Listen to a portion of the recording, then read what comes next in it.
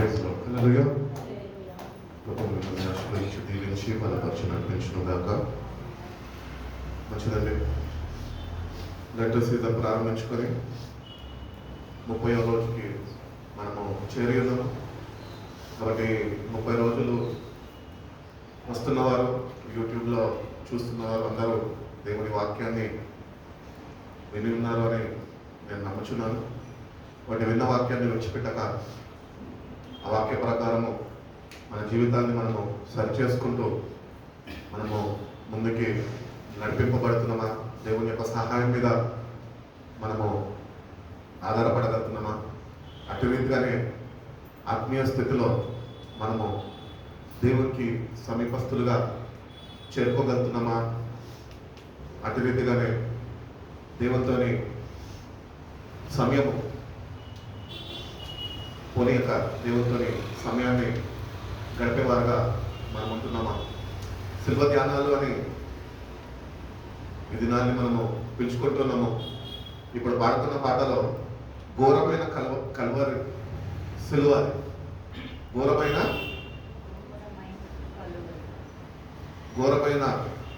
ఇప్పుడు పాట పాడుతున్నాం కదా, ఏమన్నది ఆ ఘోరమైన కల్వరిలో. అసలు సిలువని ధ్యానిస్తున్నప్పుడు ఆ పాట పాడుతుండగా ఒకసారి ఎంత ఘోరము ఈ లోకంలో చూసే ప్రతి ఒక్క నేరము, ఘోరము అంతా ఆ సిలువలో దాచబడి ఉంది. అందుకనే బైబిల్ చెప్పుచున్నది, సర్వలోకం యొక్క పాపంను మోసుకోపోవచ్చున్న దేవుని గొర్రెపిల్ల. సిలువని మనం ధ్యానిస్తున్నప్పుడు ఏ పాపం అయితే నువ్వు చేస్తున్నావో, ఏ పాపంలో అయితే నువ్వు జీవిస్తున్నావో, ఏ పాపం అయితే నువ్వు ఈ లోకంలో నీకు వినబడుతున్నదో ఆ సర్వ పాపం మొత్తము ఆ సిలువలో ఉన్నది. మనము సిలువని చేరుకుంటున్నప్పుడు మనలో ఉంటున్న పాపాన్ని ఆ సిలువలో గుర్తించగలుగుతున్నాం. ఒకవేళ లేకపోతే కనుక నేను సిలువ ధ్యానాలు పెట్టడమే, ధ్యానించు, సిలువను ధ్యానించు. ఆ ఘోరమైన కలువరిలో ప్రభు నీ నా శాపాన్ని ఆయన మీద వేసుకున్నాం. ఎందుకంటే మనము కొద్ది కాలం జీవిస్తాము, కొద్ది కాలము జీవించే మనము ప్రభు కొరకు జీవించే వారిగా మనం ఉండాలి అని ఆయన ఆ ఘోరమైన కల్వరి సిలువలో నిన్ను భరించి, నన్ను భరించి సర్వలోక పాపాల్ని ఆయన మీద వేసుకొని ఎందరైతే ఆయన ఎందుకు విశ్వసిస్తారో ఆయన రక్తము చేత కడిగి అటు విశ్వాసము వాళ్ళు ప్రదర్శిస్తారో వాళ్ళందరికీ అమూల్యమైన రక్షణని దేవుడు మనకి అనుగ్రహించి ఉన్నాడు. కాబట్టి సిలువని ధ్యానిస్తున్నప్పుడు కేవలం అంశాలు విన్నవి, వినబడుతున్నవి, లేకపోతే వినిపింప చేసేవి మాత్రమే మనం ధ్యానించద్దు, కానీ దేవుని జ్ఞానం అడగాలి.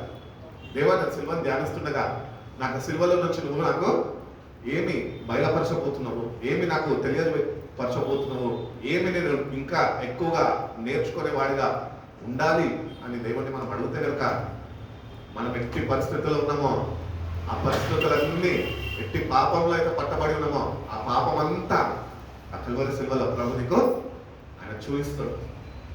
మనము అట్టి రీతిగా ధ్యానించగలిగితే, దేవుని జ్ఞానం మీద ఆధారపడి దేవుని పరిశుద్ధాత్మ సహాయంతో మనం సిలువను ధ్యానించగలిగితే కనుక మన స్థితిగతులు ఏమై ఉన్నాయో, ఎంత భక్తి మనము చేయగలుగుతున్నామో, ఎట్టి రీతిగా సిలువని ధ్యానిస్తున్నా మనము మార్పు చెందగలుగుతున్నామా లేదా అని దేవుడు నాకు ఆయన తెలియపరుస్తుంది.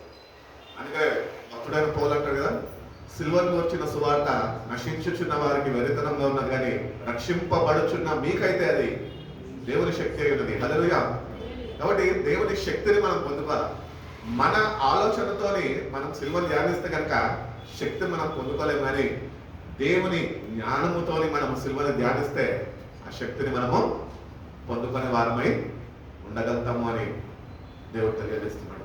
కాబట్టి సిలువని ధ్యానించాలి అంటే దేవుని యొక్క జ్ఞానము మనకి చాలా అవసరమై ఉంటుంది. ఎందుకంటే ఈ లోక జ్ఞానముతో మనం సిలువను ధ్యానిస్తే కనుక మనకు అర్థం కాదు. అందుకనే దేవుని జ్ఞానం కాదు, దైవిక జ్ఞానముతో మనం ధ్యానించగలిగితే నువ్వు ఎటువంటి వ్యక్తివి అని the cross will represent you. నీకు తెలియపరుస్తుంది నువ్వు ఏ వ్యక్తివో.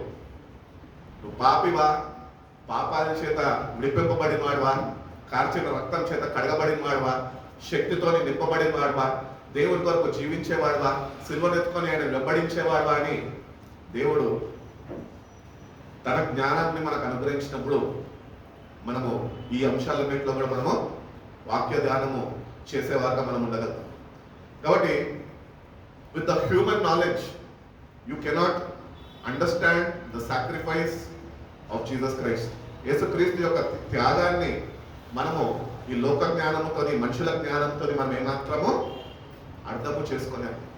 బిల్లీ గ్రహాం గారు ఒక దగ్గర అంటూ ఉంటారు, ఏమనంటే, నేను ఎన్నోసార్లు ఎన్నో ప్రసంగాలు చేశాను, ఎంతమందిని దేవుని యొద్దకు నడిపించాను, కానీ నేటికి కూడా నాకు ఒకటి అర్థం కాలేదు. ఏంటి అంటే, ఆ శిల్వ మీద ఏమి జరిగిందో నాకు ఇప్పటికీ కూడా అర్థం కాలేదు. అందుకనే మనము ఈ దినాల్లో ధ్యానిస్తూ వచ్చినప్పుడు దేవుని వాక్యం అనగా ఆ వాక్యం మర్మాలతో కూడినది. కాబట్టి ప్రతిసారి మనం శిల్వను ధ్యానిస్తున్నప్పుడు దేవుడు తన ప్రణాళికని, తన మర్మాల్ని ఆయన బయలుపరుస్తూ ఉంటాడు. కాబట్టి అంత పెద్ద దైవజనుడే 18వ శతాబ్దంలో కొన్ని కోట్ల మందికి రక్షణ సువార్తను అందించి కోట్ల మందిని క్రీస్తు కొరకు, క్రీస్తు వైపు నడిపించిన అంత పెద్ద సేవకుడే, అంత గొప్ప దైవజనుడే చెప్తున్న చక్కటి మాట ఏంటంటే, నాకు అర్థం కాలేదు, ఇప్పటికీ కూడా నాకు అక్కడ ఏమి జరిగిందో అర్థం కాలేదు. అక్కడ ఏమి జరిగిందో సార్, నీ పాపాలన్నీ ఆయన తీసుకున్నాడు, ఆయన ఉన్న పరిశుద్ధత అంతా నాకు ఇచ్చేసి ఉన్నాడు. ఈరోజు చెప్పారా, దేవుని జ్ఞానాన్ని మనం పొందుకొని కానీ మనం సిల్వను ధ్యానించగలిగితే కనుక భక్తుడైన పౌలు తెలియజేస్తున్న రీతిగా రక్షింపబడుచున్న మీకు అది దేవుని శక్తి అంటే, ఆ శక్తితో నువ్వు నింపబడతావు. పరిశుధాత్మతో నింపబడిన శక్తి రాగం కాదండి. సిల్వను ధ్యానిస్తున్నప్పుడు శక్తిని పొందుకోవాలి. పరిశుధాత్మతో నింపు ప్రభు అని ప్రార్థిస్తారు, కానీ సిల్వని నాకు ధ్యానించే అటువంటి ఆలోచన, అటువంటి దైవిక ఆలోచనలు నాలో పుట్టించు ప్రభు అని అడుగుతాం. ఎప్పుడన్నా అడగలేని వారిగా మనం వచ్చాం. ఎందుకంటే చుల్కనగా తేలికగా తీసుకుంటాం. 2026 సంవత్సరాల క్రితం కదా జరిగింది ఇది. మనం పోయిన సంవత్సరము జరిగిందే మర్చిపోయే వారం మనం, అవునా? మతి మార్పు కలిగిన వారం మనం.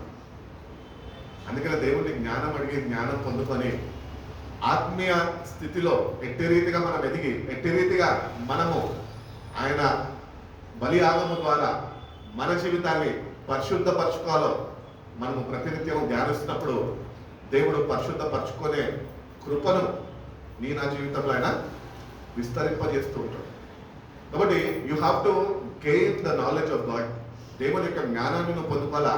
అట్టి రీతిగా ఆయన కుమారుడు నిన్ను ప్రేమించి నీ కొరకు ప్రాణాన్ని దారపోసి రక్తాన్ని చిందించి నిన్ను ఆయన సొత్తుగా చేసుకున్నాడే. మరి ఇవన్నీ మనం ధ్యానించాలి అంటే ఈ లోక జ్ఞానంతో మనము ఏమాత్రం ఆయన అర్థం చేసుకోలేము. కానీ దేవుని జ్ఞానం మనం పొందుకుంటే కనుక ప్రభు నిన్ను అర్థం చేసుకోగలరు. ఈరోజు ప్రభుని ఎందుకు అర్థం చేసుకోలేకపోతున్నాం తెలుసా? మనం లోకంకి అంటకట్టబడి ఉన్నాము. లోకాన్ని విడిచిపెట్టడానికి ఏమాత్రమో ఇష్టపడని లేని వారుగా ఉంటున్నాం. ఇక్కడే ఇంకా కొద్ది కాలం జీవించాలా, ఇక్కడే ఇంకా కొద్ది కాలం బతకాలా, ఇంకా ఇక్కడే లైఫ్లో సెటిల్ అయిపోవాలా. సెటిల్మెంట్ ఇక్కడ కాదు, సెటిల్మెంట్ అక్కడ మనం గుర్తించాలి. నిన్న మొన్న దినాలకు జ్ఞాపకం చేసుకున్నాం, ఏ పాటిది నీ జీవితం? ఇంతలోనే కనపడి అంతలోనే మాయమైపోతున్నావే. మరి నీ ఆత్మ ఎక్కడికి నడిపింపబడుతున్నది? 2 గమ్యస్థానాలు ఉండబోతున్నాయి. అవి రెండే, ఒకటి దేవుని రాజ్యము, ఇంకొకటి నిత్య నరకం. నరకం గురించి పాత నిబంధనలో 2-3 దగ్గరలో ప్రస్తావించారు, అంతేగాని కొత్త నిబంధనలు యేసుప్రభువు వారు కొన్ని మార్లు ఆయన ప్రస్తావించి ఉన్నారు నరకం గురించి. కాబట్టి నరకం అన్నది నిజము.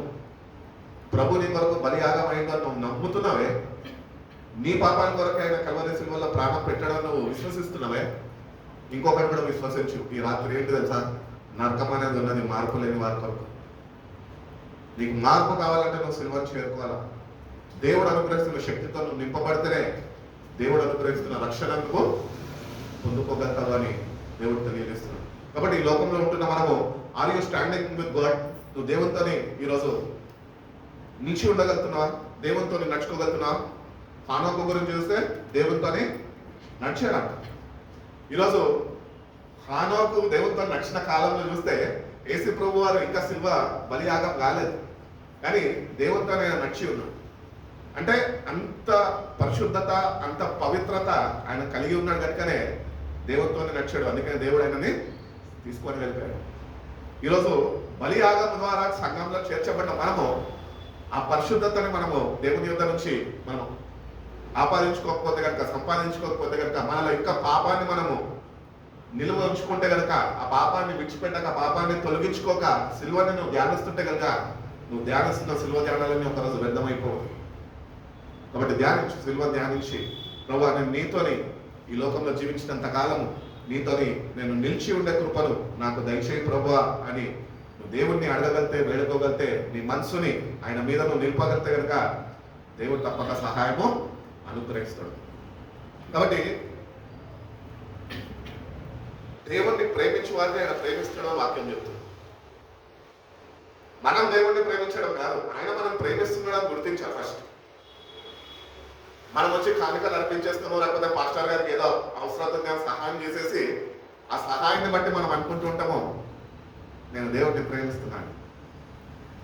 వస్తువులతో దేవుణ్ణి ప్రేమించడం కాదు, కానీ నీ హృదయ అంతరంగాల్లో నుంచి దేవుణ్ణి ప్రేమించగలుగుతున్నావు.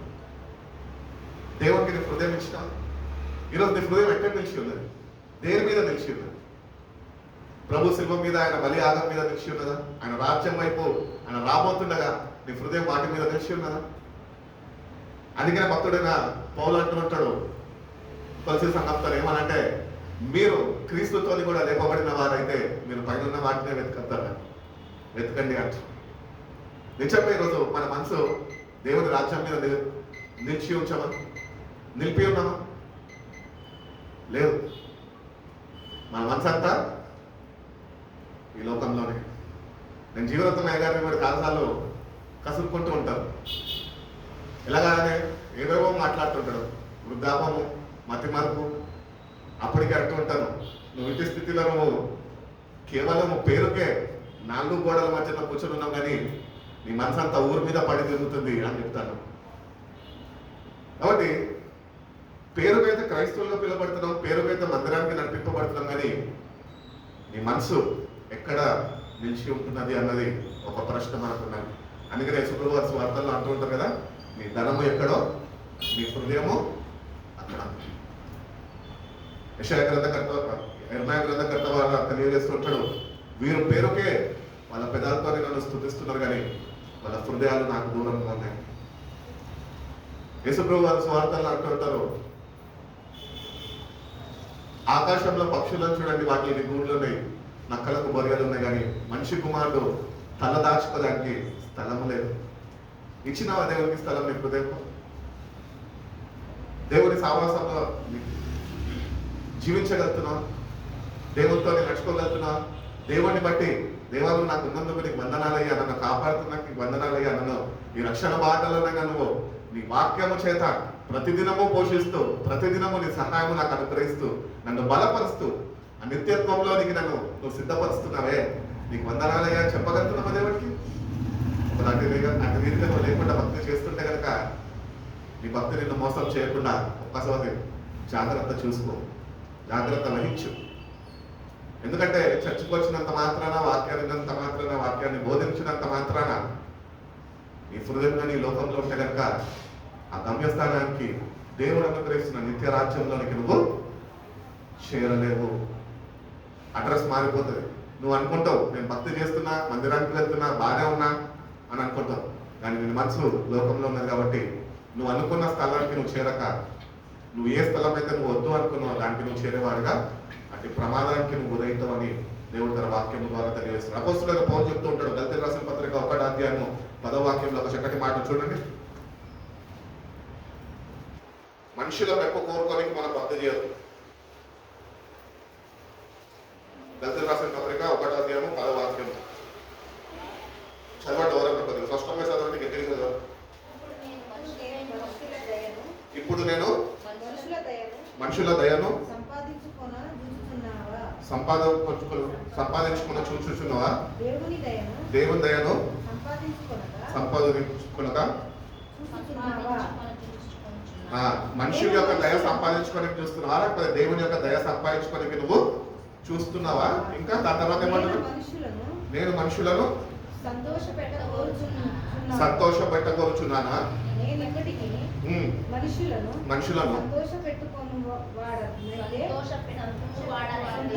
సంతోషపెట్టువాడనైతే మనుషుల్ని సంతోషపెట్టువాడనైతే క్రీస్తు దాసుడను నేను కాను అని చెప్తున్నాను.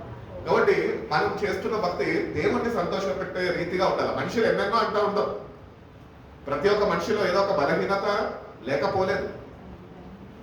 మనుషులని పైరూపం చూడద్దు, దేవుడు నీ హృదయాన్ని చూస్తున్నాడు అని వాక్యం చెప్తుంది.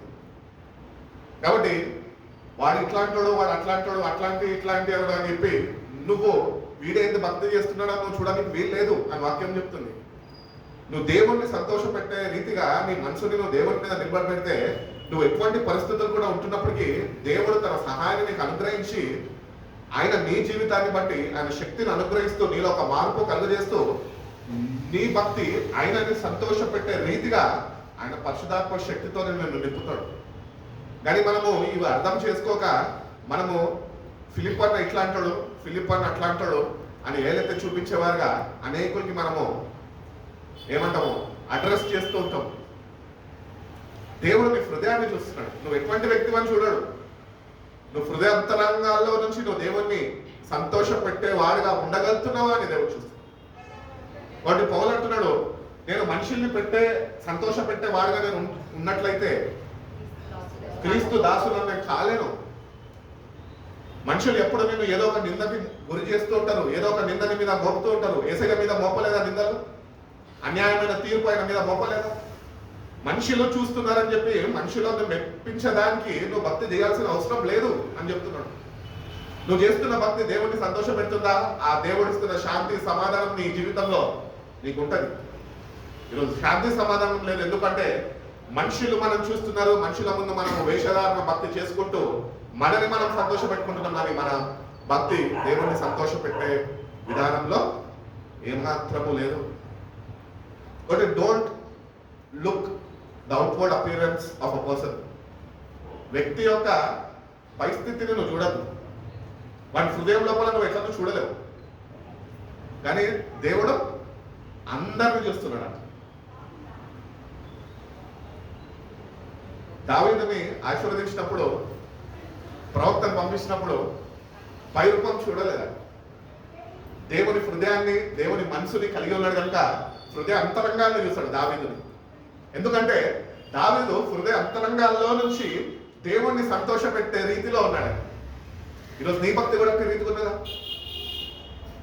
దావీదు వాళ్ళ అన్నలందరూ యుద్ధ వీరులు, సైనికులు, బాగా యుద్ధ భూమిలో అనుభవం ఉన్నవారు. యుద్ధంలో ఉన్నవారు ఎట్లుంటారండి? సోల్జర్స్ మంచిగా ఫిజిక్ కలిగి ధైర్యంగా గట్టిగా వాళ్ళని చూస్తేనే అదురుకుంటాం, అట్లుంటారు. కానీ దావీదు ఒక తండ్రి అనుకుంటున్నాడు, అరే ఇంతమందిని తీసుకొని వస్తే వీళ్ళని కాదంటున్నావే, ఇంకొక పనికి పనులు ఉన్నాడు, వాడు అసలు అవసరమే లేదనుకుంటున్నాడు. కానీ దేవుడు అంటున్నాడు తన సేవకుల ద్వారా వాడిని పిలిపించి నాకు వాడే కావాలి. ఎందుకంటే తెలుసా, దావీదంట దేవుని హృదయ అంతరంగాల్లో నుంచి దేవుడిని స్తుతిస్తూ ఉన్నాడంట. అపొస్తలుడైన పౌలు కూడా అదే అంటున్నాడు, నేను మనుషుల్ని సంతోషపెట్టేవాడిని అయితే కనుక నేను దేవుడిని సంతోషపెట్టేవాడిని కాలేను, దేవుడికి దాసుడిని కాలేను. మనుషుల కొరకు నువ్వు భక్తి చేయొద్దు ప్లీజ్.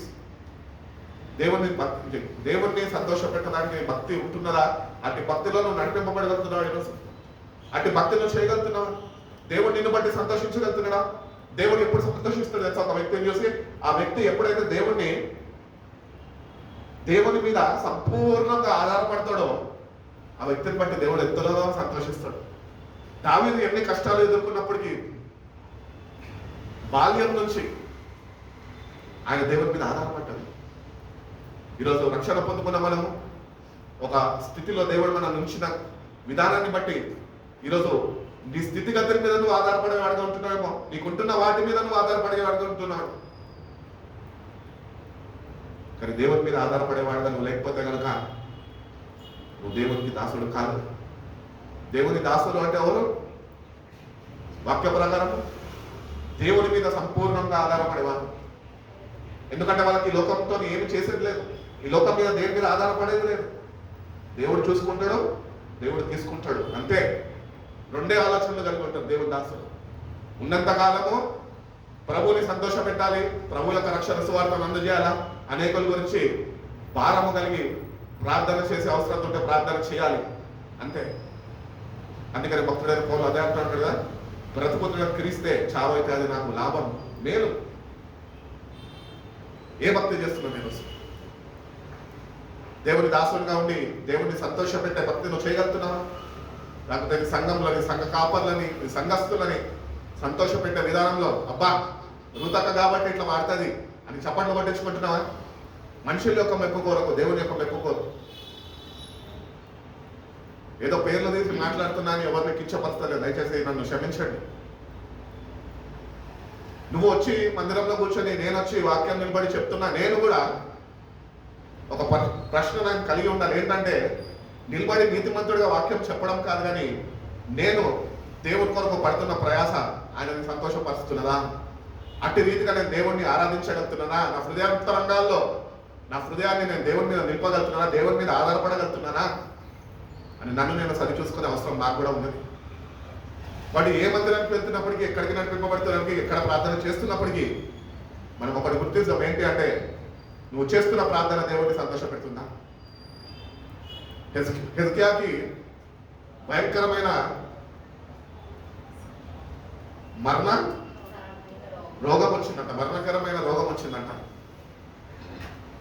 ఆయన గురించి మనం చదువుతున్నప్పుడు ఆయన చేసిన భక్తిని ఆయన దేవుడి యొక్క గోడ వైపు తిరిగి కనపరుస్తున్నాడు. ప్రభువా నేను ఎట్లా బతికా నీకు తెలియదా? నీ మీద ఎట్లా కదా నేను ఆధారపడ్డా నీకు తెలియదా? నువ్వు నన్ను బట్టి సంతోషించాలి కదా ప్రభువా, నువ్వు ఎందుకు ప్రభువా నాకు మరణకరమైన రోగాన్ని నువ్వు అనుమతిస్తున్నావు? ఒక్కసారి నన్ను జ్ఞాపకం చేసుకోవా అంటే దేవుడు నిజంగా హృదయంతరంగా చూశాడు కనుక 15 సంవత్సరాలు ఆయుష్ను పొడిగించాడు. ఈ మాటలన్నీ ఎందుకు జ్ఞాపకం చేస్తున్నా అంటే దేవుడి హృదయాన్ని చూస్తున్నాడు. ఎవరున్నారు నీ హృదయంలో? దేవుడిని కలిగి జీవిస్తున్నావా? దేవుడిని కలిగి ఆయన రాబోతుండగా ఆ రాక కొరకు సిద్ధపాటు కలిగి ఉంటున్నావు. నీ మనసుని ఆయన రాజ్యం మీద నిలిపేస్తున్నావు. ఒకసారి నీ హృదయాన్ని ఒకసారి పరీక్షించు.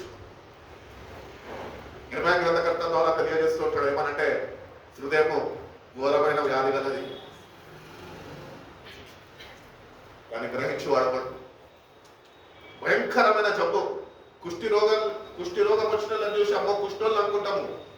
ఫస్ట్ నీ హృదయంలో పాపం అనే కుష్టి ఉందే, దాని ప్రభు దగ్గరకు వచ్చి కడుక్కున్నావా? ఇతరులని చిన్న చూపు చూస్తున్నావే, ఇతరులను తేలికగా తీసి మాట్లాడుతున్నావే, అది నీ కుష్టి కాదా? అది నీలో నివసిస్తున్న పాపం కాదా? ఒక్కసారి మనం ఎగ్జామిన్ చేసుకుందాం. ఒక్కడు నీతిమంతుడు లేడు అని వాక్యం చెప్తుంది. ఎవరు నీతిమంతుడు కాదు, కానీ ఎవరైతే హృదయంతరంగాల్లో నుంచి ప్రభుని చేరుకొని ప్రభుకి వాళ్ళ హృదయంలో స్థానం ఇచ్చి ప్రభుని బట్టి జీవించగలరో వాళ్ళు నీతిమంతులు విశ్వాసము మూలంలో వాళ్ళు జీవిస్తున్నారని వాక్యం చెప్తున్నారు. అంటే విశ్వాసం కలిగి జీవించగలుగుతున్నాము, అంటే విశ్వాసంతో ప్రభుని చేరుకొని ప్రభుని ఆరాధించగలుగుతున్నాము. ప్రతిసారి మందిరానికి నడిపింపబడుతున్న మనము, ఆరాధనలో పాలు పొందుతున్న మనము నిజంగా దేవుణ్ణి, ఆయన సన్నిధిని, ఆయన సావాసాన్ని అనుభవించగలుగుతున్నాం. పరిశుద్ధుడు ఏ పరిశుద్ధత మనలో లేదు, కానీ మన కొరకు పరిశుద్ధుడు పరమును విడిచి ఈ భూమిపైకి దిగి వచ్చాడు. ఆ పరిశుద్ధతలో నువ్వు కూడా పాలు పొందాలని, నువ్వు కలిగి ఉన్న పాపాన్ని నువ్వు తొలగించుకోవాలని తన ప్రియ కుమారుడిని ఆయన పంపించి ఆయన రక్తము ద్వారా నీ పాపాలన్నింటినీ కడగాలని ఆయన నేటికి కూడా ఆశపడుతున్నాడు. వాటి ప్రభు దగ్గరకు వచ్చిన మనము మనుషుల మెప్పు వైపు చూడదు. నువ్వు జీవిస్తున్న జీవితాన్ని బట్టి రక్షణ పొందుకున్న నువ్వు, సంఘానికి చేర్చబడ్డా నువ్వు, సంఘంలో సభ్యత్వం పొందుకున్న నువ్వు, నిన్ను బట్టి ప్రభు సంతోషించగలుగుతున్నాడు. ఒకవేళ లేకపోతే కనుక నువ్వు ప్రభుకి దాసుల్ని కాలేవు. దాసులు అంటే ఎవరు? యజమానుడి కింద పని చేసేవారు. ప్రభు కొరకు జీవిస్తున్నావా? ప్రభు కొరకు పని చేస్తున్నావా? నువ్వు జీవితంలో ఏం చేసావని ప్రభు అడిగాడు. నా కొరకు నువ్వు ఏం చేసావని అడుగుతావు. ఇప్పుడు మీ హస్బెండ్ అడుగుతుండొచ్చు ఏమని, ఏమ్మా డ్యూటీకి వెళ్తున్నావు, జీతం వచ్చింది కదా, జీతం ఏం చేస్తావు అని. అవునా? ఎందుకంటే నీ భర్త కాబట్టి. అవునా?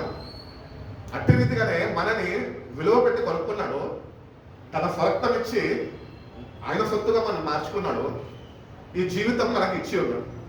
జీవిస్తున్న ఈ జీవితము ప్రభు కొరకు మనం ఏం చేయలేని వారుగా ఉంటే రేపు ఆయనకి ఏమి జవాబు ఇవ్వగలుగుతాం?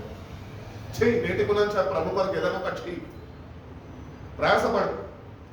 అందుకని భక్తుడైన పౌలు కొరింథీయులకు రాసిన 15 పత్రికలో 15వ అధ్యాయము 58వ వాక్యంలో అంటుంటాడు ఏమనంటే, ప్రభు నందు నీ ప్రయాస పెట్టము కాదు. నువ్వు లోకంలో ఎంత సంపాదించినా ఒకరోజు వెంటనే, కానీ ప్రభు కొరకు నువ్వు ప్రయాస పడితే అది ఎప్పటికీ వెంటము కాదు. అపోస్తులందరూ కూడా వాళ్ళు ఏమి లేని వారు అని మనం అనుకుంటుంటాం, మన ఆలోచన. కానీ సమస్తంలో ప్రభు కొరకు విడిచిపెట్టి వాళ్ళు ప్రభుని వెంబడించిన వాళ్ళు. అందుకని ప్రభుకి దాసుడిని నేను కాలేను. ఒకవేళ మనుషుల్ని సంతోషం పెట్టే వాడినైతే నేను ప్రభుకి దాసుడిని కాదు. కాబట్టి ప్రభు కొరకు సమస్తంలో విడిచిపెట్టాలా, ఆయననే మనకు సమస్తము అనుగ్రహిస్తాడని అట్టి విశ్వాసాన్ని మనం కలిగి ఆయనని సంతోషపెట్టేవారుగా మన జీవాన్ని మనం ముందుకి కొనసాగించేవారుగా మనం ఉన్నాం. కొన్ని విషయాలు మీకు చెప్తానండి. గళితీయులకు రాసిన పత్రిక 1వ అధ్యాయం 10వ వాక్యం చదువుకున్నా, stand for the saviour not society. Society కొరకు నువ్వు భక్తి చేయాలి, దేవుళ్ళ భక్తి చేయి. నువ్వు దేవుళ్ళ నిజంగా భక్తి చేసే క్రైస్తవుడుగా నువ్వు ఉండగలిగితే, నీ భక్తి ఉండగలిగితే కనుక తప్పక దేవుని యొక్క శక్తిని నువ్వు పొందుకుంటావు, దేవుని శక్తితో నింపబడేవాడుగా నువ్వు ఉండగలుగుతావు. కాబట్టి స్టాండ్ ఫర్ ద సేవియర్, నీ రక్షకుడి కొరకు నువ్వు నిలబడు. ఈ లోకంలో అపోస్తులందరూ ప్రభు కొరకు నిలబడ్డారు, ఏదేమైనా ప్రాణాలు తెగించారు. సొసైటీని వాళ్ళు లెక్క చేయలేదు. ఈరోజు మనం ఏమనుకుంటాం, ప్రభు కొరకు నిలబడ్డామంటే అమ్మో వాళ్ళు ఏమనుకుంటారు. కొంతమందిని అడిగితే ప్రార్థన చేయమని, అమ్మో నేను చేయలేనండి అని చెప్తూ ఉంటాను. ఎప్పుడు నిలబడతావు ప్రభు కొరకు? నేను ఒకప్పుడు అటువంటి స్థితిలోనే ఉన్న వ్యక్తినే. ఒకప్పుడు ప్రార్థన అంటే నాకు వచ్చేది కాదు. కొత్త వాళ్ళు ఉన్నారు, కిరణ్ లాంటి వాళ్ళు ఉన్నారు కాబట్టి చెప్తున్నా. ఇక్కడ ప్రార్థనకి కూడుకునేటోళ్ళం ఒక 8 మంది 10 మంది. ఇంకా నేను అప్పుడు పరిచయంలో ఇంకా ముందుకు రాలేదు, కానీ నన్ను ప్రోత్సహిస్తూ ఉన్నారు అందరూ. ఎందుకంటే నువ్వే నిలబడాలని నీ బాధ్యత ఇది, దేవుడు మమ్మల్ని అందరినీ సహకారులుగా ఉంచాడు, మీరు ప్రార్థన చేయించడము అలవాటు చేస్తాము, అలవాటు పడతావు నువ్వు రా అని.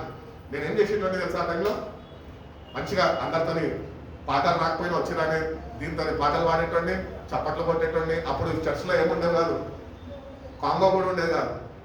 చిన్న సైడ్ డ్రమ్ ఒకటి చేతి మీద కొట్టే కంజీరాతో కూడిన డ్రమ్ ఒకటి ఉంటుండేది, అది కొట్టుకుంటూ ఇక్కడ ప్రార్థన చేస్తున్నప్పుడు ఎటువంటి భక్తి తెలుసా నాది.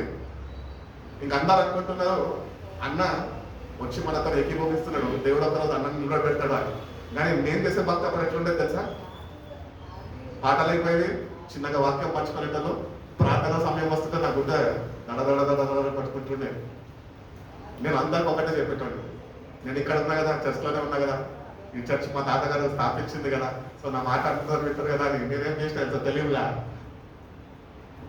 అందరు కళ్ళు మూసుకోండి, ప్రార్థనలో ఎవ్వరు కళ్ళిపోతే ఒకరి తర్వాత ఒకరు ప్రార్థన చేద్దామని చెప్పి అందరు కళ్ళు మూసుకునేటోళ్ళు పాపం మాట విని. కానీ నా వంత వచ్చేవాటికి అందరు కళ్ళు మూసుకొని ఉన్నారు, కానీ నేను పారిపోయేటండి, ఇక్కడ ఉండేటోండి కాదు. ఎందుకంటే ఒక భయం, నాకు తెలియదు ప్రభుత్వం సావాసం అంటే తెలియదు, నామకార్థ క్రైస్తవ జీవితము. కానీ అంచెలంచెలుగా ప్రభుని తెలుసుకొని ప్రభులో ఎదుగుతూ నేను ఈరోజు మీ ముందు నిల్చొని దేవుని వాక్యాన్ని ప్రకటించగలుగుతున్నా అంటే అది దేవుని మహాకృప. కాబట్టి ప్రభు కొరకు నిలబడాలి, మనం ప్రభు కొరకు మనం జీవించాలి, ప్రభుని సంతోషపెట్టే వారిగా మనం ఉంటున్నామని ప్రతిదినము మనని మనము సరిచూసుకోవాలి. నువ్వు ఎక్కువ డబ్బు సంపాదిస్తే మీ తల్లిదండ్రులు సంతోషపడతారేమో, మీ భార్య సంతోషపడుతుందేమో, మీ భర్త సంతోషపడుతుందేమో, మీ పిల్లలు సంతోషపడతారేమో, కానీ ప్రభు సంతోషపడడు. ఎన్ని దగ్గర ఎన్ని ప్లాట్లు కొన్నామని దేవుడు సంతోషపడడు. నువ్వు చేస్తున్న భక్తితో ఆయన సంతోష పెట్టగలుగుతున్నావు మాత్రమే నేను నిలుస్తున్నాను. కాబట్టి నువ్వు చేస్తున్న భక్తితోని ప్రభుని సంతోష పెట్టేవాడిగా నువ్వు మనుషుల యొక్క మెప్పు ఇప్పుడు వరకు కోరుకున్నావేమో నీ జీవితంలో. అబ్బా శాంతి అయితే ఎంత చక్కగా పాటలు కడుతుంది, ఎంత చక్కగా దేవుడు ఇది ఇచ్చాడు అని మనుషులు పొగుడుతున్నప్పుడు మనం ఎట్లుండాలి తెలుసా, ప్రభా ఇది నీ కృపనే అయినా అని మనం శిరస్సు వంచి ఆయనను బట్టి మనం స్తుతించేవారుగా ఉన్నాం. మనలో ఏ గొప్పతనము లేదండి. ఈరోజు మనం ఇట్టి స్థితిలో ఉన్నాము అంటే అది కేవలమైన త్యాగమే. అసలు నేను దేనికి పనికిరానికి నిలిచోడానికి ఏమాత్రం అర్హత లేని వాడిని నేను నేటికి కూడా చెప్పగలుగుతాను. నేను అర్హుడిగా మార్చిన దేవుణ్ణి బట్ నేను అతిశయించగలుగుతాను. వాటి దేవుడిని సంతోషపెట్టే భక్తిని మనము చేస్తాం. వాటి మొట్టమొదటిగా stand for the saviour, not for the society. మనుషుల కొరకు నువ్వు జీవించద్దు కానీ దేవుని కొరకు నిలబడు, దేవుని కొరకు జీవించు. రెండోదిగా చూసినట్లయితే కనుక తిమోతి రాసిన 2వ పత్రిక 4వ అధ్యాయము 2వ వాక్యం ఒకసారి చూద్దాం. 2 Timothy chapter 4 verse 2.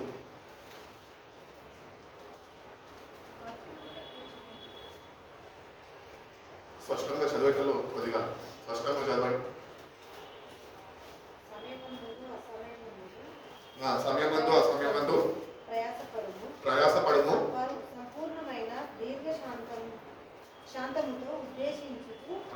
సంపూర్ణమైన శాంతముతో ఉద్దేశించుచు ఉపదేశించుచు ఖండించుము, గద్దించుము, బుద్ధి చెప్పుము. కాబట్టి ఈ వాక్యాన్ని మనం చదువుతున్నప్పుడు ఒకటి మనం జ్ఞాపకం చేసుకుందాం. ఏంటి అంటే, నువ్వు మాట్లాడుతున్న మాటల్లో దేవుని వాక్యం ఉన్నదా? Speak the scriptures, not opinions. మనుషుల యొక్క సలహాలు తీసుకొని నువ్వు వాక్యాన్ని బోధించదు. వాక్యాన్ని వాక్యంగా బోధించడము నేర్చుకోవాలి మనం. అందుకని సమయం అనక అసమయం అనక మీరు ప్రయాసపడండి. వాక్యాన్ని సరైన రీతిలో మీకు మీరు ఉపదేశించుకోండి అని నిన్నటి దినాన మొన్నటి దినాన మనం జ్ఞాపకం చేసుకున్నాం. బట్ వాక్యాన్ని నువ్వు అర్థం చేసుకోగలుగుతున్నావు? అట్టి రీతిగా ప్రయాసపడగలుగుతున్నావు? అట్టి రీతిగా నీ తోటి వారిని నువ్వు ఖండించగలుగుతున్నావా, గద్దించగలుగుతున్నావు, వాళ్ళని సరిదిద్దగలుగుతున్నావు? ఈ అధికారం మనిషిది కాదు, కానీ ఈ అధికారం ఇచ్చింది మానవుడికి, దేవుడు మాత్రమే. వాక్యాన్ని నువ్వు ప్రేమిస్తే వాక్యం యొక్క అధికారం దేవుడికి ఇస్తాడు. సర్వాధికారం నాకు ఇవ్వబడ్డది అన్నట్టు. All authority in heaven and earth has been given to me. ఆయన మాటలో అధికారం ఉన్నది. అధికారం లేకుంటున్నాయి ఈరోజు. లేకపోతే మనుషుల యొక్క ఏమంటారు ఒపీనియన్స్ తీసుకుంటున్నాం. ఒపీనియన్స్ అంటే ఏమంటారు? సలహాలు తీసుకుంటున్నాం. మనుషుల యొక్క సలహాలు తీసుకోకుండా దేవుని వాక్యం మీద ఆధారపడటము నేర్చుకో. ఎందుకంటే వాక్యంలో అధికారం దాగి ఉన్నది. అధికారంతో నువ్వు వాక్యాన్ని నువ్వు చదవగలితే, అధికారాన్ని నువ్వు గుర్తించగలితే, అధికారం నువ్వు పొందుకునే కృపను దేవుడికి ఇస్తాడు. పేదలు నిలబడ్డాడు, ప్రసంగించాడు అధికారంతో. మొట్టమొదటి 3,000 మంది, మళ్ళా 5,000 మంది. That is authority which God has given us. Authority నువ్వు పొందుకున్నావా? పాత నిబంధనలు చూసినట్టయితే ఇశ్రాయేల్ ప్రజల్ని తప్పించడానికి మోషేని ఎన్నుకున్నప్పుడు, ఎర్ర సముద్రం ముందొచ్చినప్పుడు ఏం చేయమంటావు వీళ్ళని ఇక్కడికి నడిపించినావు అని అడిగితే, మోషే నీ చేతిలో ఉంటున్న అధికారాన్ని నువ్వు చాపాడు. The rod of the Jehovah God. ఆ కర్ర దేవుడిచ్చిన అధికారము మోషే చేతిలో. మోషే గుర్తించలేకపోయాడు, కానీ చేతిలోనే ఉన్నది. ఈరోజు మనం కూడా వాక్యం చేతిలో ఉంచుకుంటున్నాం, కానీ వాక్యంలో ఉన్న అధికారాన్ని మనం ఏమాత్రమో గుర్తించలేని వారిని. ఇవే పొరపాట్లలో క్రైస్తవ్యము ముందుకి నడిపింపబడుతున్నది. Gain the authority of God. దేవుని యొక్క అధికారాన్ని మనం పొందుకోవాలి. నేను మీకు అధికారం ఇచ్చి ఉన్నాను, వెళ్ళండి, దెయ్యాలు వెళ్ళగొట్టండి, సర్పాలను అందగొట్టండి, నా నామంలో గొప్ప కార్యాలు చేయండి అని అధికారం దేవుడు ఇచ్చాడు. అధికారం నీకుందా ఈరోజు? దేవుడు ఇచ్చిన అధికారం నువ్వు కలిగి జీవిస్తున్నావు. నువ్వు ఎవరికైనా ప్రార్థన చేస్తుంటే ఏదో నామకార్థ ప్రార్థనతో దేవుడు వాళ్ళ కన్నీరుతో ప్రార్థన చేసేసి బాగా అయిపోయినామంటే, అమ్మ నా ప్రార్థనతో వాళ్ళు స్వస్థత పొందుకుంటానని సంతోషం వెళ్ళిపోతున్నావు.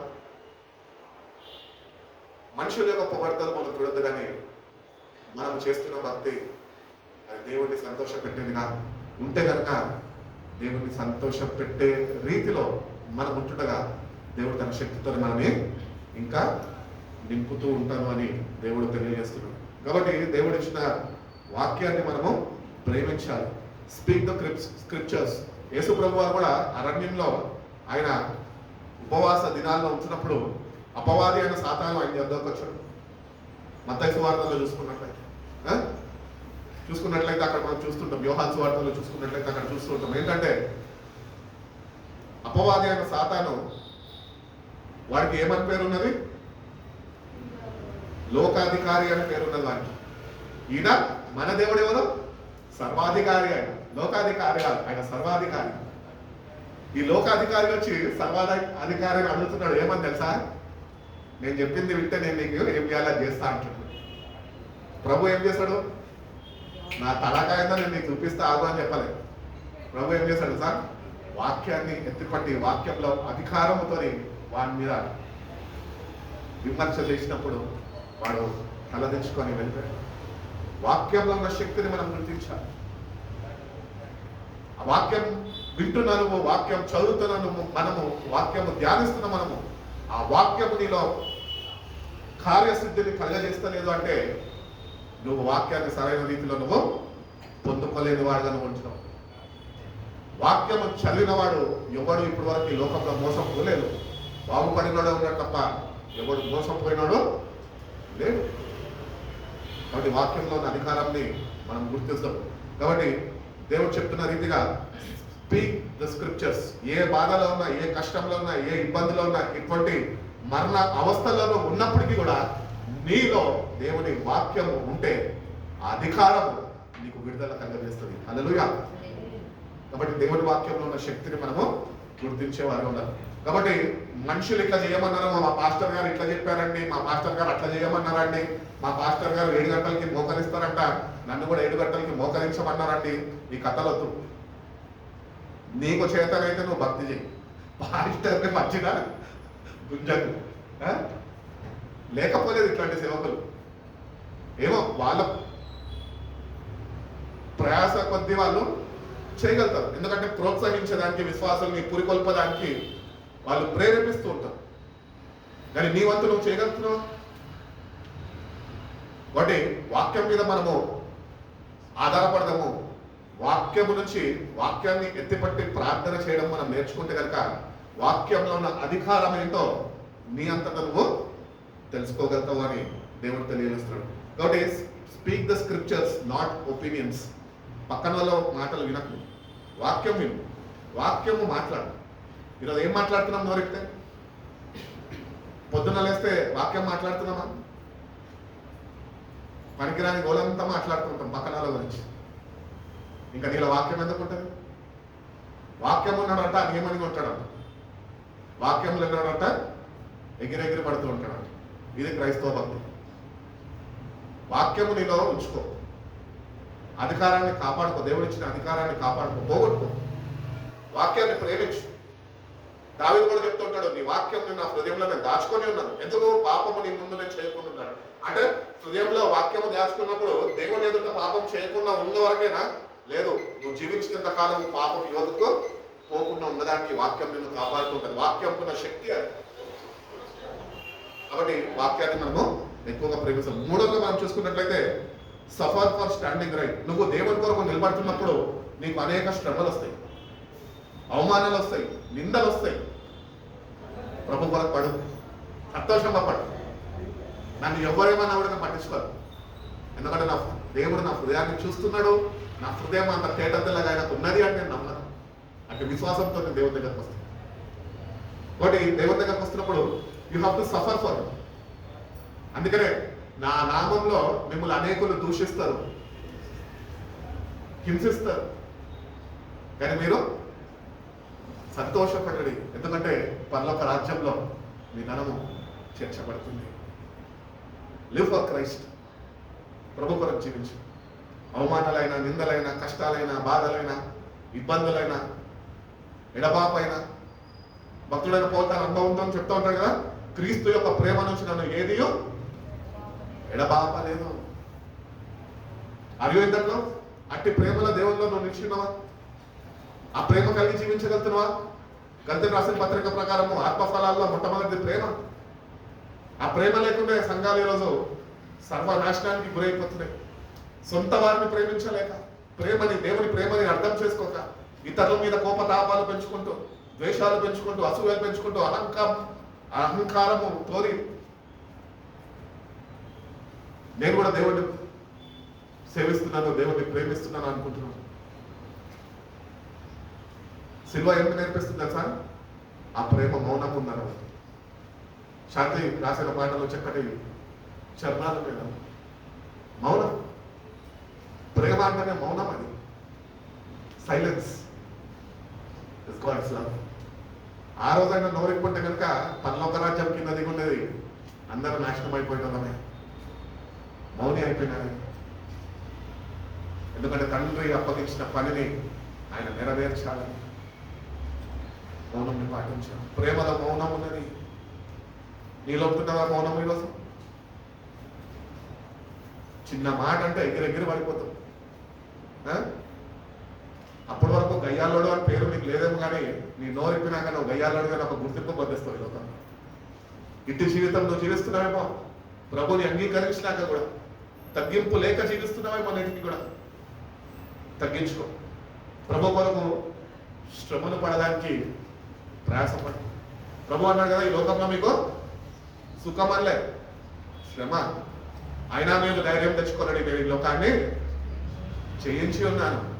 ప్రభుతోని నువ్వు జీవించగలితే, ప్రభుత్వం నువ్వు సహజీవనం చేయగలితే, నువ్వు కూడా ఒక రోజు తప్పక ఈ లోకాన్ని నువ్వు జయించేవాడు కనుక ఉండగలుగుతావు అని దేవుడు తెలియజేస్తుంది.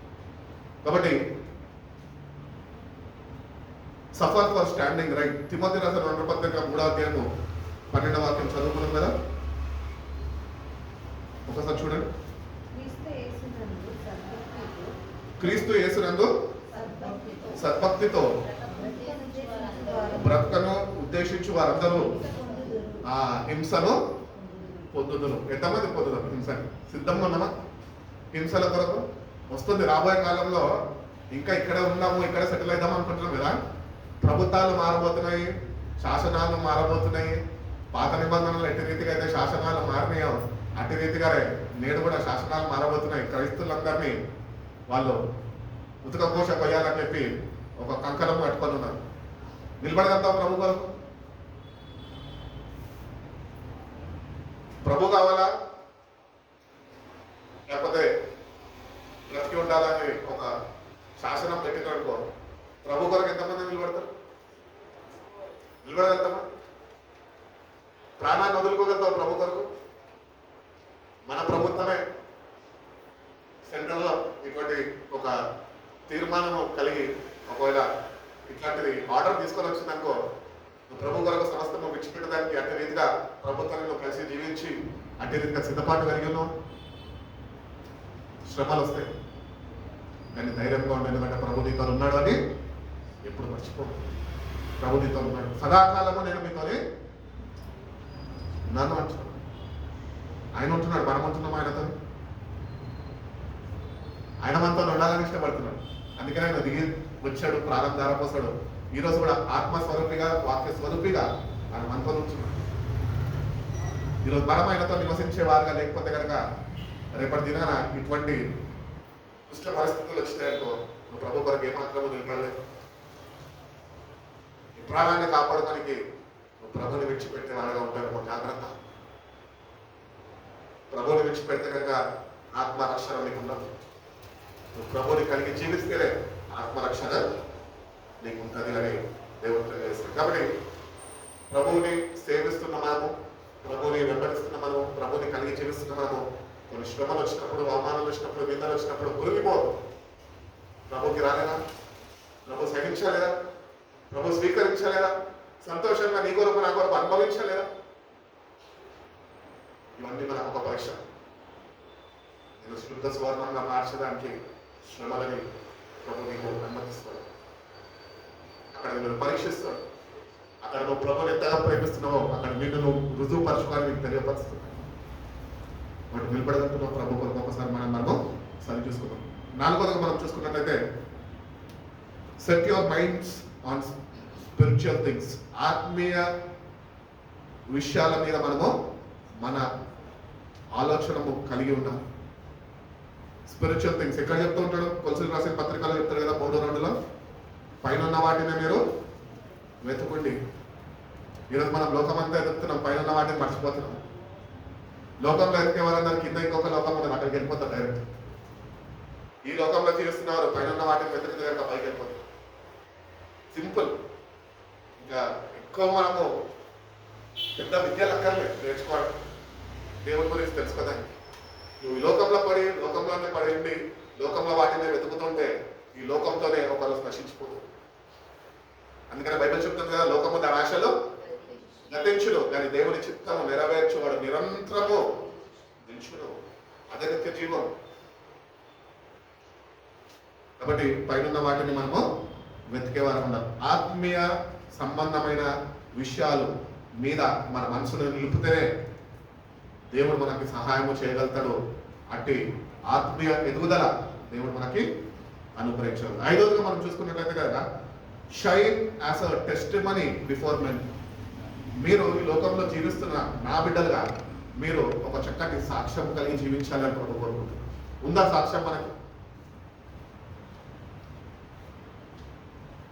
అసలు మనిషి యొక్క సాక్ష్యం అంటే ఏంటి?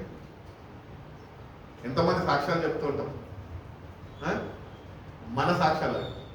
కానీ నిజంగా దేవునితోని నువ్వు ముఖాముఖి కలిసినప్పుడు, ఎన్కౌంటర్ అయినప్పుడు ఆ సాక్ష్యం నీకు ఉన్నదా? అటు సాక్ష్యం నువ్వు కలిగి ఉంటున్నావు. అటు రీతిగా ప్రభుని నువ్వు కలుసుకున్నావా? అటు రీతిగా ప్రభు నేను ఎదుర్కోగలిగాడా?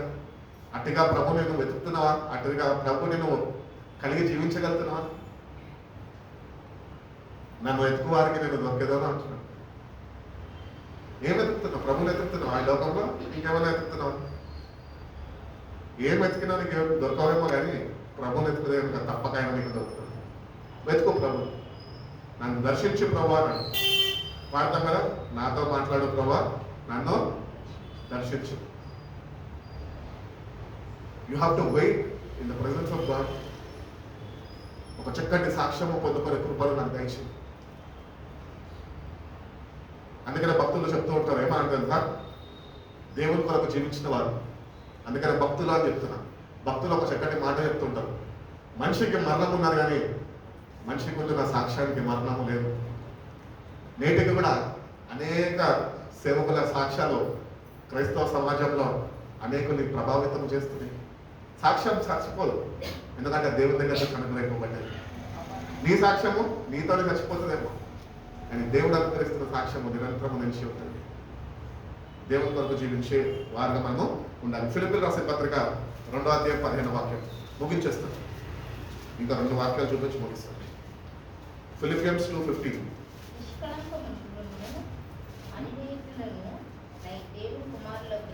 దేవుని కుమారులు ఉన్నట్టు సనుగులను సంశయములను మాని సమస్త కార్యములను చేయుడి. ఫిలిపియన్స్ 2:15 చదివాను కదా. So that you may become blameless and pure children God without 15 చదవమ్మా. 15 2:15. నిష్కలంకులను అనిత్యులైన దేవుని కుమారులు అగునట్లు సనుగులను సంశయములు మాని సమస్త కార్యములను చేయుడి. చదవండి. అట్టి జనముల మధ్యలో అట్టి వారి మధ్యలో మీరు జీవవాక్యంని చేత పట్టుకొని లోకమునందు జ్యోతుల వలె కనబడుచున్నారు. పట్టుకున్నావా? జీవవాక్యం ఉన్నదా? నిన్ను బట్టి ప్రభుని ఇంకా కొంతమంది తెలుసుకున్నారా? ప్రభులోకి నడిపింపబడ్డారా? జీవవాక్యము వలె ఉండమంటున్నాడు కదా. ఏమంటున్నాడు? జీవవాక్యము చేతపడి చేత పట్టుకొని లోకమందు జ్యోతుల వలె మీరు కనబడుచున్నారు. నిజంగా నిన్ను బట్టి, నువ్వు పొందుకున్న రక్షణను బట్టి, నువ్వు ఆరాధిస్తున్న దేవుడు నిజమైన దేవుడు అని నీ తోనున్నవారు వాళ్ళు గుర్తించగలుగుతున్నారా? అట్టి సాక్ష్యం నీకు ఉంటున్నదా? అట్టి సావాసం ప్రభుత్వం నీకు ఉంటున్నదా? జ్యోతి వలె ప్రభుత్వం ఎప్పుడు ప్రకాశిస్తూ యేసు ప్రభువారు అంటూ ఉంటారు మత్తయి సువార్తలో 5వ అధ్యాయం కొండ మీద ప్రసంగంలో ఏమంటారంటే, ఈ లోకానికి నేను వెలుగై ఉన్నా అంటాడు. అట్టి రీతిగా మనము యోహాను సువార్త 8వ అధ్యాయంలోకి వచ్చినప్పుడు అక్కడ చూసినట్లయితే ఈ లోకానికి మీరు వెలుగై ఉన్నారు అంటారు. కాబట్టి ఈ లోకంలో దేవుడు మనని జీవవాక్యాన్ని ఇచ్చి మనకు జ్యోతిర్ వల్ల ప్రకాశిస్తామని ఆశించి ఉన్నాడు. ఆ వాక్యం నీకు ఉంటేనే నీకు ఆ సాక్ష్యం ఉంటుంది. వాక్యమే సాక్ష్యం ఇస్తుంది. నా గురించి సాక్ష్యం ఇస్తుంది అని దేవుడు చెప్తున్నాడు. ఇవన్నీ నా గురించి సాక్ష్యం ఇస్తుంది. మరి నీ గురించి ఎవరిస్తున్నావు సాక్ష్యం? దేవుడు ఇవ్వగలుగుతున్నాడు. అట్టి రీతిగా ప్రభు కొరకు నువ్వు జీవిస్తున్నావు. అట్టి రీతిగా ప్రభు యొక్క జీవవాక్యాన్ని కలిగి జీవంగా చేయబడుతూ ఆ జీవాన్ని ఇతరులకి అందజేసేవాడుగా, ఇతరులను కూడా జీవం వైపు నడిపించేవాడుగా ఆయన కొరకు ప్రకాశించగలుగుతున్నావు. నేను క్రిస్టియన్ అండి అని చెప్పుకుంటారు, కానీ ఏమాత్రము క్రీస్తుని ఇతరులకి పరిచయం చేసేవారుగా కానీ వాళ్ళ జీవిత విధానాన్ని బట్టి ఇతరులకి ప్రభుని కనపరిచేవారుగా ఏమాత్రము ఉండలేని వారుగా వాళ్ళు ఉంటున్నారు. కాబట్టి shine as a testimony before men. ప్రభు కొరకు, ప్రభు నామ నిమిత్తము నువ్వు ప్రభు కొరకు ప్రకాశించే జ్యోతి వల్ల ఉండాలి అని దేవుడు కోరుకుంటున్నాడు. ఆలోగా మనం చూసుకున్నట్లయితే be steadfast in the gospel. వాక్యం నిలిచి ఉండడము మనం నేర్చుకోవాలి. కొరింథీయులకు రాసిన మొదటి పత్రిక 15వ అధ్యాయము 58వ వాక్యం. ఇంతకుముందే చెప్పాను కదా, ఒకసారి చదవండి.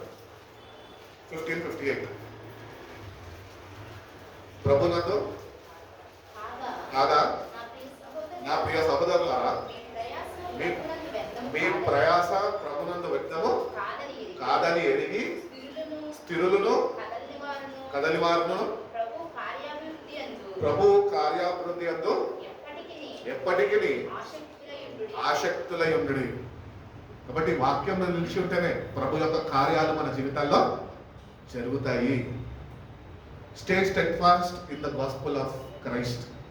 యేసు ప్రభు ఇచ్చిన రక్షణ సువార్తలో నిలకడగా నువ్వు నిలబడగలితేనే నీ జీవితం దేవుని కార్యాలని అనుభవించేవాడిగా ఉంటావు. 7వదిగా మనం చూసుకున్నట్లయితే కనుక యెహోషువ గ్రంథం 24వ అధ్యాయం 15వ వాక్యంలో అక్కడ అంటాడుగా, తీయద్దు అందరు చెప్పాలి నోట్తో. నేనును అబ్బా నేను చెప్తే మీరు చెప్పడం బాగానే ఉంది. అంటే ఎట్లున్నామంటే ఇప్పుడు మనం ఆత్మీయ స్థితిలో కీచే బొమ్మలాగా ఉన్నాం. కీ నేను ఇస్తే మీరు పాట పాడతారన్నమాట. మనంతటా మనం చేయం. నేనును నా ఇంటి వారును యెహోవాను సేవించడం. బైబిల్, ఇంగ్లీష్ బైబిల్ చెప్తున్నది, చూసి దిస్ డే, ఈ రోజే నువ్వు ఒక తీర్మానం చేసుకో. ఎవరిని సేవిస్తావు? దేవుణ్ణి సేవిస్తావా లేకపోతే లోకాన్ని సేవిస్తావా? ఒక దాసుడు ఇద్దరు యజమానులను సేవించలేడు అని వాక్యం చెప్తుంది. No one can serve two masters. You either serve Christ or you serve the world. ఎవరిని సేవిస్తున్నాడు? ప్రభుని కలిగి ఉంటున్నావు. ప్రభు కొరకు జీవించాలనే ఆశ ఉందా? చాలా మంది క్రైస్తవుల ఇంట్లో ఈ వాక్యం ఉంటుంది, నేనును నా ఇంటి వారును ప్రభుని సేవించడము. 24 గంటలు సీరియళ్లలో ముందుంటారు, 24 గంటలు సినిమా కథలు చూస్తుంటారు. ప్రభుని సేవించడం అంటే ఇదేనా? ప్రభుని సేవించడం అంటే ఏంటి? వాక్యాన్ని తెలుసుకొని వాక్య ప్రకారం నడుచుకోవడమే ప్రభుని సేవించడం. కాబట్టి దేవుని దగ్గరకు వచ్చిన మనము ఈరోజు సెటిల్ యువర్ చాయిస్. నీకు దేవుడు 2 ఏమంటారు ఆప్షన్స్ ఇచ్చి ఉన్నాడు, అవకాశాలు ఇచ్చి ఉన్నాడు. ఇష్టమైతే నన్ను సేవించు, కష్టమైతే లోకాన్ని సేవించు. ఎవరిని సేవిస్తున్నా అని యెహోషువ అయితే ధైర్యంగా చెప్తున్నాడు, నేనైతే నేనును నా ఇంటి వారును యెహోవాను సేవించలేదు. ప్రభు కొరకు నిలబడ్డాను. నా మిగతా వాళ్ళ సంగతి ఏంటి? వాళ్ళు సేవించలేకపోయిన వారుగా వాళ్ళు కనపడుతున్నారు. వాటి వాక్యం గోడ మీద పెట్టుకున్నంత మాత్రం మనం ఆయన సేవించేవారుగా మనం ఉన్నాం. వాక్య ప్రకారం నువ్వు జీవించగలిగితే ప్రభుని నువ్వు సేవించేవాడుగా నువ్వు ఉండగలుగుతావని దేవుడు తెలియజేస్తున్నాడు.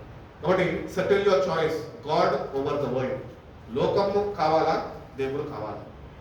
ఎవరు కావాలి నీకు ఈరోజు? నిన్ను ప్రేమించి నీ కొరకు ప్రాణం పెట్టి నిన్ను ఆయన రాజ్యంలో చేర్చుకోవడానికి ఆయన మళ్ళా తిరిగి రాబోతున్నారా? ఈరోజు నువ్వు ఎవరిని సేవిస్తున్నావు? లోకంలో లోక భోగభాగ్యాలను చూసి ప్రభుకి దూరం అయిపోతున్నావు. లేకపోతే ప్రభువును సేవిస్తూ ఆయన రాకకి సిద్ధపడుతూ ఆయన సమీపంగా రాబోతుండగా నువ్వు ఆయనకి సమీపంలో చేరేవాడుగా నువ్వు ఉండగలుగుతున్నావు?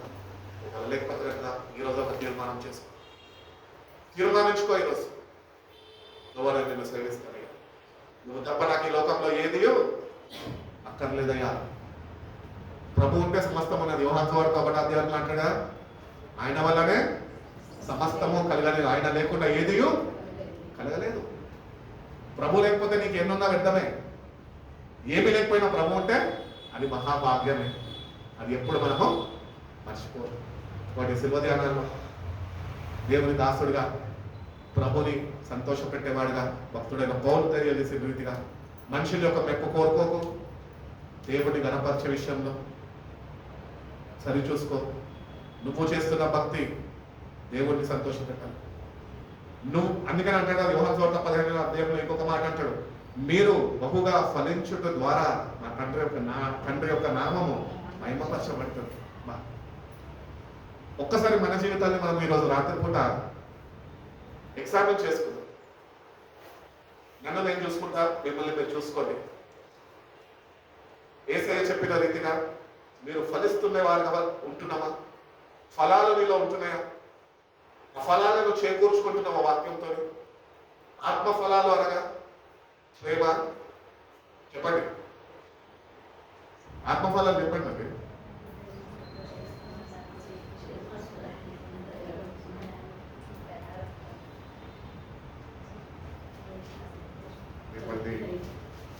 ఒక్కసారి చదువు, ఆత్మఫలాలు ఏంటో చదవండి మూసేస్తారు.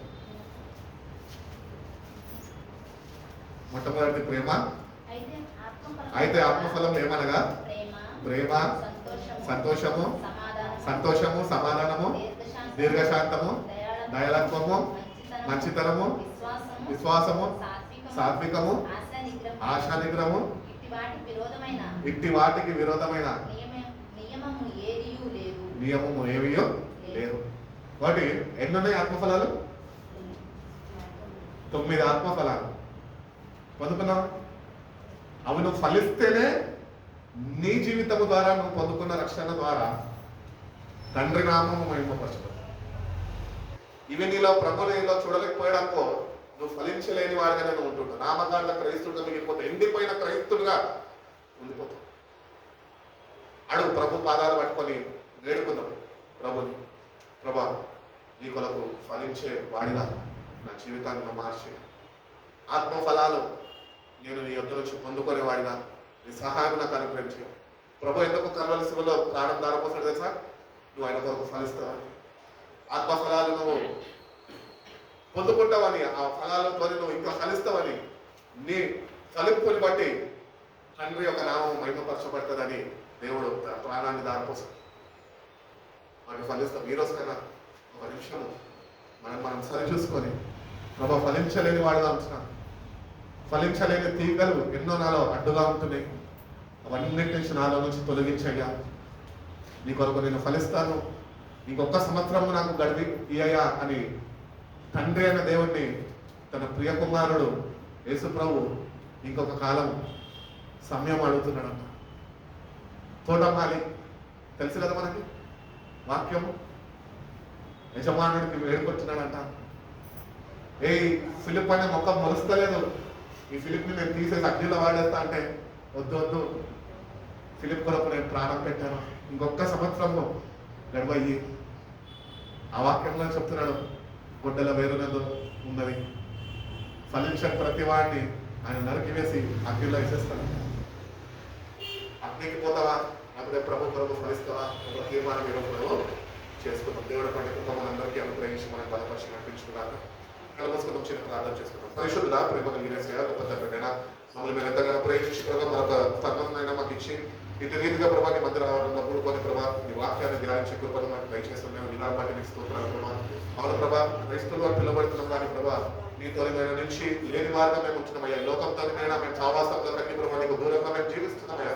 మమ్మల్ని ఒక్కసారి మీరు జ్ఞాపకం చేసుకోండి ప్రభావ. మనుషుల యొక్క మెప్పు కోరుకోవడం కాదు కానీ ప్రభావ, మేము చేస్తున్న భక్తినైనా నిన్ను సంతోషపెట్టే రీతిగానైనా మా ఫలింపు ద్వారా తండ్రి నామము మహిమపరచబడే రీతిగా ప్రభావ ఆత్మీయ అభివృద్ధిని నేను మా ప్రతి ఒక్కరికి మేము దయచేయండి ప్రభావ. వాక్యంలో దక్షిణ కృపను దయచేయమని అడుగుతున్నాను కదా.